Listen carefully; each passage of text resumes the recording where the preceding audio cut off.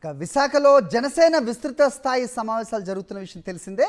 ఈ సందర్భంగా వైఎస్ఆర్సీపీ నేత పోతిన మహేష్ సెటైర్లు వేశారు. విశాఖపట్నంలో జనసేన పార్టీ లెజిస్లేచర్ సమావేశం జరిగింది. మరి జనరల్గా అధికారంలో ఉండేటువంటి ఒక పార్టీ లెజిస్లేచర్ సమావేశం అంటే ప్రజలందరూ కూడా వారికి సంబంధించిన సమస్యలు ప్రస్తావిస్తారని, ఆ సమస్యల పరిష్కారం కోసం అక్కడ సందర్భంగా ప్రస్తావన వస్తుందని, అదేవిధంగా రాజకీయంగా మంచి నిర్ణయాలు తీసుకుంటారని అందరూ కూడా భావించారు. ఎక్కడ కూడా జనసేన పార్టీ లెజిస్లేచర్ సమావేశంలో ఎక్కడ అటువంటి నిర్ణయం ఒక్కటి కూడా తీసుకోవాలా.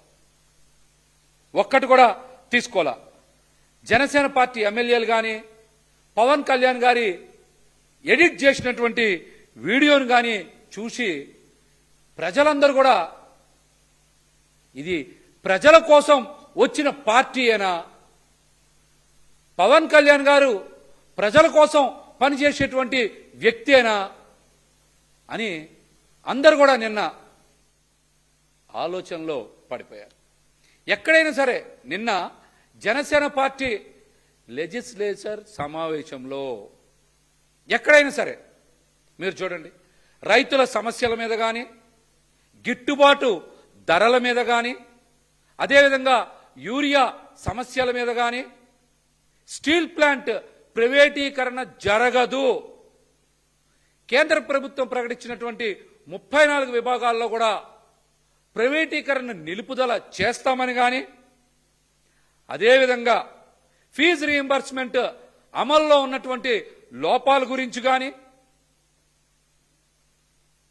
సూపర్ 6, సూపర్ 7 హామీల గురించి కానీ, మహిళలు చిన్నారులపై జరుగుతున్నటువంటి దాడుల గురించి కానీ, గంజాయి డ్రగ్స్ లాంటి అంశాల గురించి కానీ, అదేవిధంగా పెంచిన కరెంటు ఛార్జీల షాకు గురించి కానీ,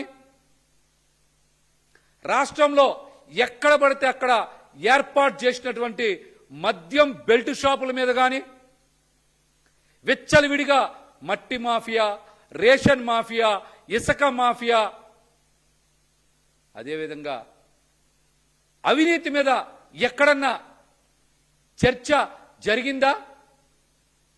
ఇట్లాంటి అంశాల మీద కానీ, అదేవిధంగా పవన్ కళ్యాణ్ గారు ఎన్నికల ముందు కూడా పదే పదే అనేక సభల్లో సమావేశాల్లో చెప్పారు, ప్రతి నియోజకవర్గంలో 500 మంది యువతకి 10 లక్షల రూపాయల ఆర్థిక సాయం చేస్తామని చెప్పి. ఇట్లాంటి అంశాల్లో ఒక్క అంశం మీదైనా సరే జనసేన పార్టీ అధ్యక్షులు పవన్ కళ్యాణ్ గారి నేతృత్వంలో ఒక్క అంశం మీదైనా చర్చ జరిగిందా? ఒక్క అంశం మీదైనా చర్చ జరిగిందా? ఇవన్నీ ఆశించి ప్రజలు నిన్న భంగపడ్డారు. నిన్న మనకు ఉపయోగపడేటువంటి ఒక్క అంశం మీద కూడా పవన్ కళ్యాణ్ గారు మాట్లాడలేదు. ఇంకా ఎమ్మెల్యేలు, ఎంపీలు, ఎమ్మెల్సీలు దేనికోసం అసలు ఆ పార్టీకని ప్రజలందరూ కూడా జనసేన పార్టీ నుంచి మంచిని ఆశించి అందరూ కూడా భంగపడ్డారు. ఈ పార్టీ జనం కోసం వచ్చినటువంటి పార్టీ కాదు, కేవలం చంద్రబాబు గారి సేవ కోసం తెలుగుదేశం పార్టీకి ఒక అనుబంధ విభాగంలాగా పనిచేసే